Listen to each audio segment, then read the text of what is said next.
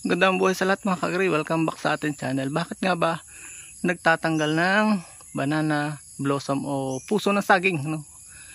Some of the reasons why we need to remove the banana blossom. Yun po yung ating pag-uusapan. Tatanggalin ko muna po to. Gumagamit lang po kami ng gulok. Minsan na-sterilize pa ng ibang mga farm, pero sa amin ay hindi na. Kaya minsan kakasakit. Ito lang naman sensitive itong bangalan na ito. Napaka-sensitive niyan. Doon tayo mag-discuss sa saba. At medyo yun. Yung iba niluluto yan eh. Yun. Medyo kulang pa. Wala tayong tripod. Yun. Punta po tayo sa kabila, sa saba. Pakita ko sa inyo yung ito yung aming mini farm. May mga uloy na. Dami na ako na-harvest ditong uloy na marang. Ano, tayo ay mamasyal. Medyo magbabawas lang po ako ng ilang banana blossom dahil nga nahihirapan ako dahil tatay ko ay tinataba ng sabaw.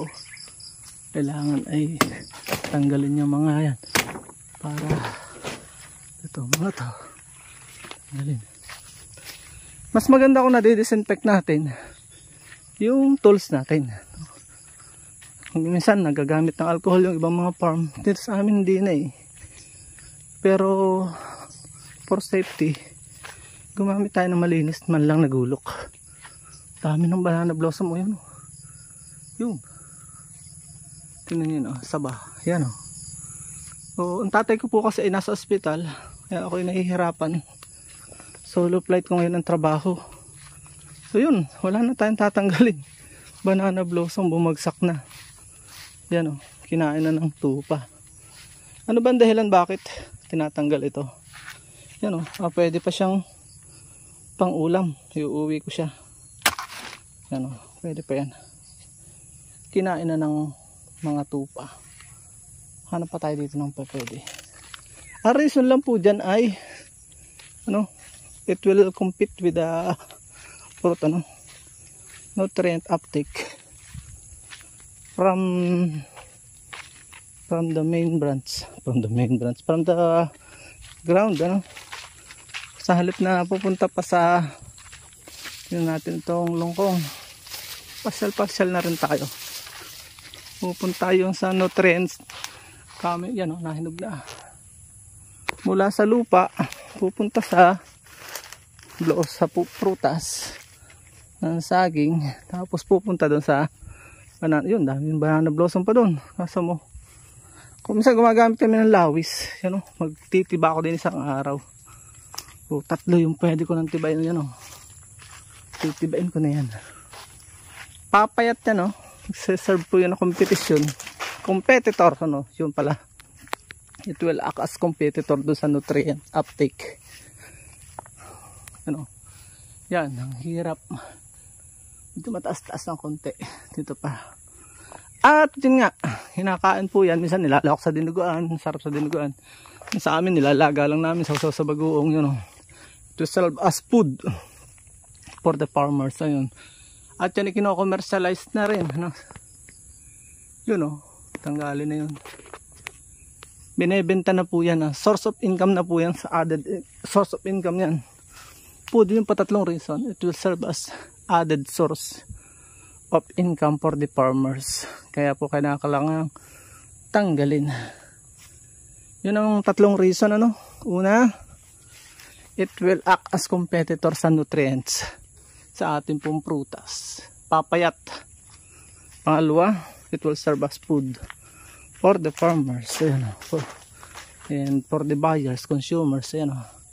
Banana blossom. Pangatlo, dahil na ibebenta na po kung malawak yung farm mo, it will serve as additional source of income for the farmers, for the producers, at for the businessman. Yun lang po. Maraming salamat. May natutunan kayo. Magsi lang ating mga vlog. Basta may natutunan na po tayo, ay okay na po yun. By the way, bago tayo magtapos, may ebook po ako binibenta. 40 pesos lang po ang halaga. Hindi masamang magdagdag. May bumibili po niyan si Sir Rodel dati. Unang bayar ko niyan ay 2019.